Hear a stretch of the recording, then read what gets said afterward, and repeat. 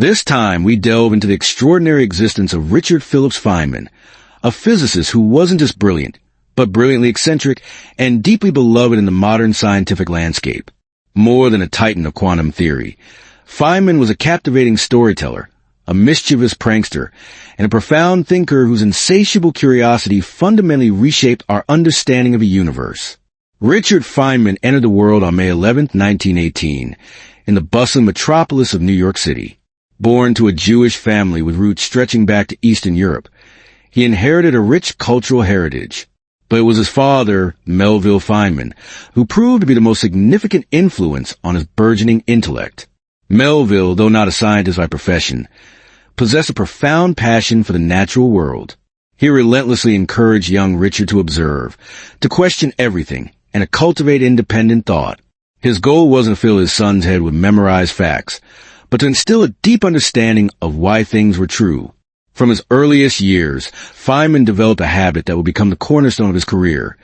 He refused to accept any idea until he could articulate it in his own terms, until he truly grasped its essence. He excelled in mathematics and engineering, displaying an uncanny aptitude for problem-solving.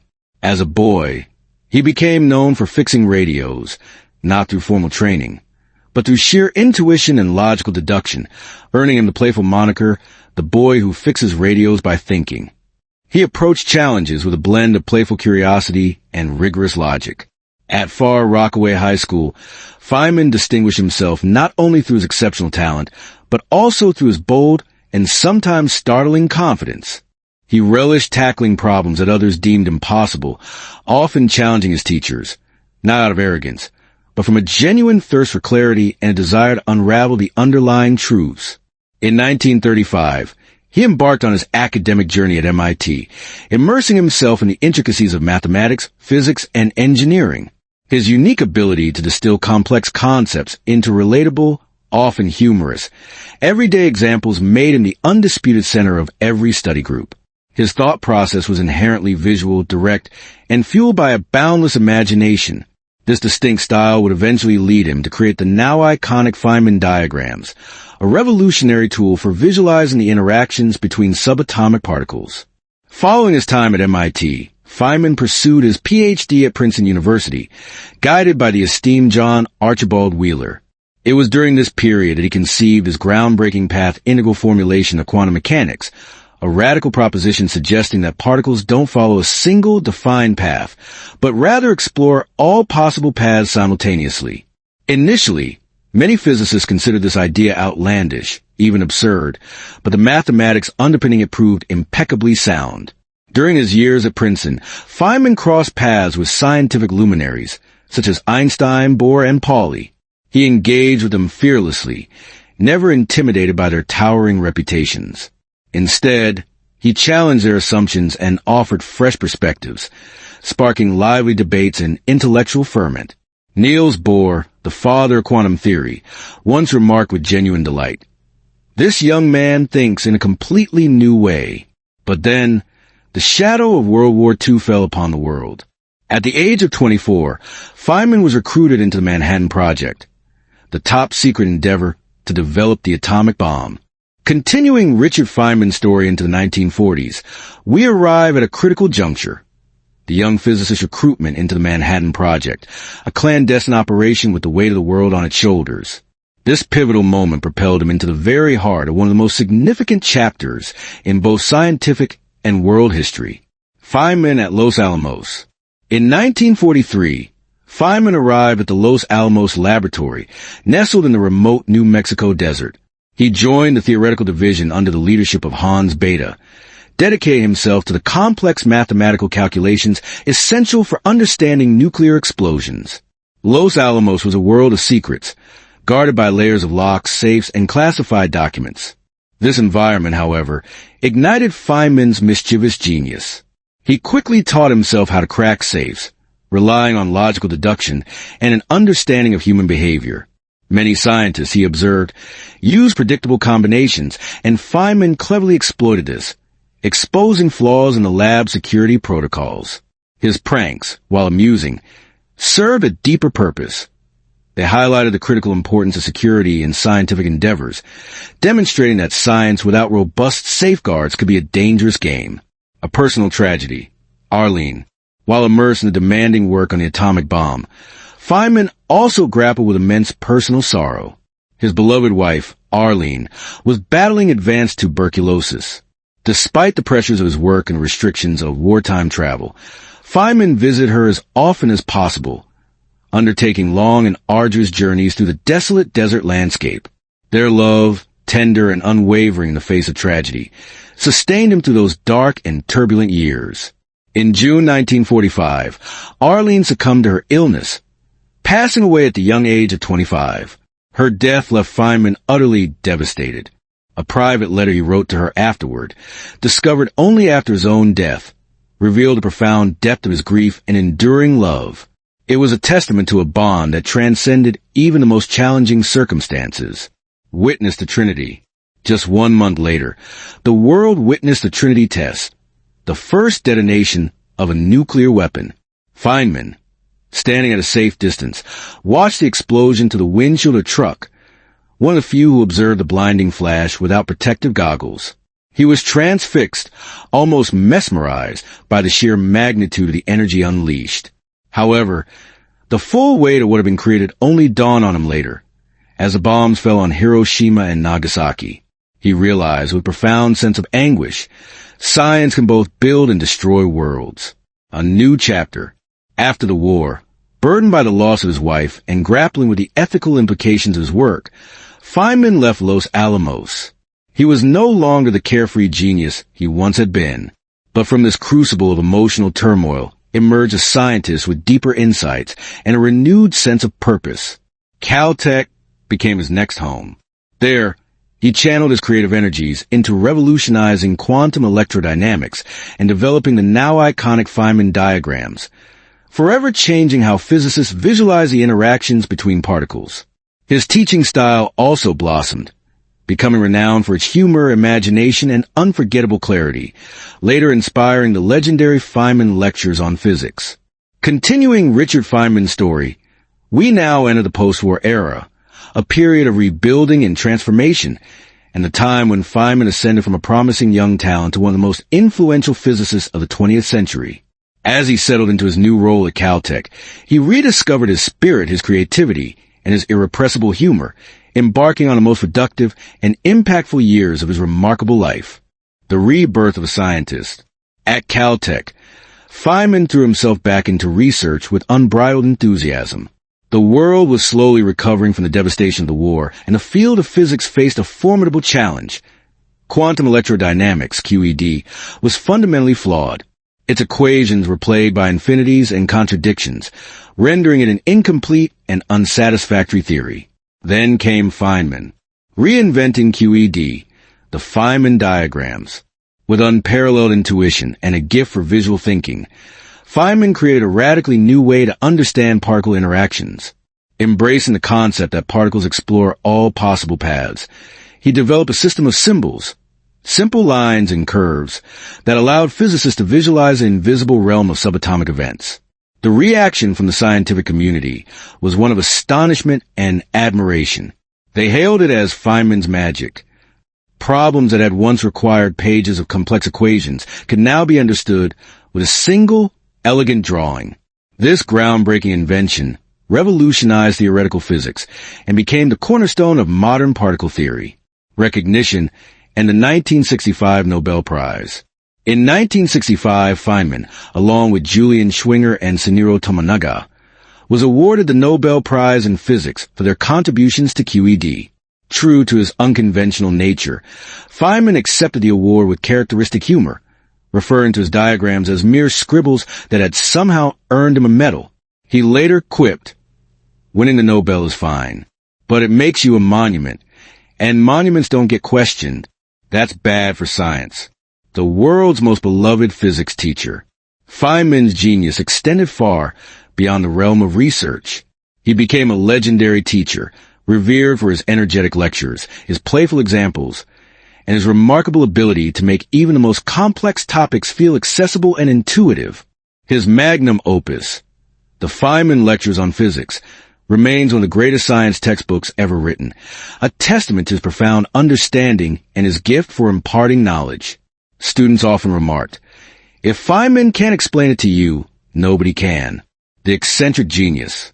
Feynman's uniqueness wasn't confined to the world of science. He played the bongo drums with a passion, cracked safes as a hobby, and traveled to Brazil to immerse himself in samba culture. He painted, held art exhibitions, and had a penchant for elaborate pranks. He studied ants, locks, languages, anything that ignited his boundless curiosity. As he once said, "I'm not a genius. I'm just insanely curious." A philosophy of joy. When asked how he managed to remain cheerful despite facing tragedies and challenges, Feynman replied, "You can't understand the universe if you don't enjoy it." This joyful curiosity was a defining characteristic of his relationship with both science and life. A new challenge awaits. As Feynman moved beyond his Nobel years, he eagerly embraced new fields, explored uncharted territories of thought, and embarked on one of the most extraordinary chapters of his later career. His pivotal role in uncovering the truth behind the Challenger space shuttle disaster, where his unwavering honesty shook NASA to its core and captivated the world. Continuing Feynman's journey, after the accolades of the Nobel Prize and decades of groundbreaking contributions, he refused to rest on his laurels. For Feynman, science was never merely a career. It was an integral part of his being, a way of experiencing life to its fullest, exploring beyond physics. In the 1970s and early 1980s, Feynman turned his inquisitive mind to areas outside his formal expertise, delving into the complexities of molecular biology, nanotechnology, and the nascent field of computing. From these explorations emerged one of his most visionary ideas, the quantum computer. He theorized that classical computers could never perfectly simulate quantum behavior, but a computer built on the principles of quantum mechanics could unlock unprecedented computational power. Today, this concept forms the very foundation of quantum computation, a field poised to revolutionize technology. The Challenger disaster and Feynman's fearless honesty. On January 28, 1986, the Space Shuttle Challenger exploded a mere 73 seconds after liftoff, a tragedy that shocked the world. Feynman was appointed to the Presidential Commission tasked with investigating the disaster. Despite his own failing health, he approached the investigation with unwavering dedication, working tirelessly to uncover the truth. He discovered that the primary cause of the explosion was the failure of the O-ring seals, which lost their elasticity in the unusually cold temperatures present on the morning of the launch. This critical flaw had been known to NASA engineers, who had repeatedly warned about the potential dangers, but their concerns had been dismissed or ignored. In a powerful and unforgettable moment during a live televised hearing, Feynman conducted a simple yet devastating demonstration. He placed a piece of the O-ring material into a glass of ice water, then dramatically showed how brittle and inflexible it became. He declared, "For a technology that demands precision, reality must take precedence over public relations." His courageous act forced NASA to confront the systemic failures in its decision-making processes and its culture prioritizing schedules over safety. A champion of scientific integrity, Feynman insisted on including his blunt and unflinching analysis in the official Challenger report. Despite attempts by some to censor his findings, his unwavering determination ensured that his perspective remained intact. He wrote, "Nature cannot be fooled." This simple yet profound statement became one of the most quoted lines in modern scientific ethics, a testament to his commitment to honesty and integrity in all aspects of scientific inquiry. The final battle. Illness and persistence. In the late 1980s, Feynman faced his own formidable challenge, a battle with cancer and kidney failure. Despite enduring pain and increasing weakness, he continued to lecture, write, collaborate, and inspire those around him. His legendary sense of humor never wavered. Nurses caring for him recalled that even during the most difficult nights, he would crack jokes to lift their spirits and ease their burdens. He once said, "I'm not afraid of dying. I just want to understand the world before I go." Approaching the final chapter, by early 1988, his health had deteriorated sharply. Continuing into the final chapter of Richard Feynman's life, we arrive in the late 1980s.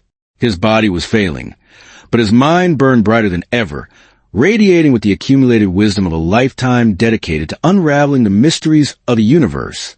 These last years were defined not by new scientific discoveries, but by a profound sense of understanding, the distilled essence of a life spent in tireless pursuit of knowledge. The final days. By early 1988, Feynman was hospitalized, suffering from severe kidney failure. Doctors recommended dialysis, but he steadfastly refused. He preferred to spend his remaining time thinking, reflecting, and enjoying the world he loved so deeply. Friends and colleagues visited him often, drawn to his unwavering spirit and his infectious enthusiasm for life. Despite the pain, he continued to joke, smile, and transform every conversation into a small lesson about the wonders of nature. When someone asked if he feared death, he replied, "No, I'd like to learn more, but I think I've done my share." His last words. On February 14, 1988, Richard Feynman passed away at UCLA Medical Center. His final recorded words were, "I'd hate to die twice. It's so boring." A line that perfectly encapsulated his unique blend of wit, intelligence, and unwavering courage. He was 69 years old. A legacy beyond equations. Richard Feynman's contributions irrevocably changed the landscape of physics. Quantum electrodynamics, QED, Feynman diagrams, the foundations of quantum computing, breakthroughs in superfluidity, deep insights into fundamental particles and forces. But even more significant than his scientific achievements was the way he inspired countless individuals to embrace a love of science. He taught us that curiosity is a powerful force, and that asking questions is the essential first step toward understanding the world around us. He once said, "I don't know anything, but I want to find out." Champion of scientific honesty. The Challenger investigation revealed his deepest conviction. Nature cannot be fooled. For Feynman, truth was sacrosanct. Science held meaning only when it was built upon a foundation of absolute honesty and intellectual rigor. A joyful spirit. Feynman's diverse hobbies, drumming, drawing, lockpicking, studying ants, learning languages, reflected a man who approached life as a vast and endlessly fascinating playground for curiosity. To him, science is the pleasure of finding things out. Influence around the globe. Books like Surely You're Joking, Mr. Feynman. Captivated millions of readers, offering a glimpse into his brilliant mind and his irrepressible personality. His lectures continue to be widely shared and celebrated decades after they were recorded. He became a cultural icon, representing the joy and wonder of scientific exploration. A life imperfect, but complete. He never aspired to be the smartest person in the room. He simply sought to understand the world in his own unique way, guided by curiosity, logic, and a healthy dose of skepticism. As he once said, "You have to keep learning if you want to understand anything." The journey continues. Richard Feynman's death marked the end of a truly remarkable life.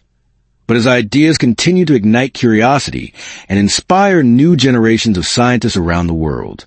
His teachings remind us that the world is full of mysteries waiting to be unraveled, that curiosity is a force stronger than tragedy, and that science, above all else, is an exhilarating adventure to be embraced and enjoyed. Richard Feynman was more than just a physicist. He was the embodiment of intellectual freedom, a champion of honest inquiry, and a lifelong explorer of nature's hidden secrets. His enduring message to the world is simple yet profound. Keep asking. The universe will answer.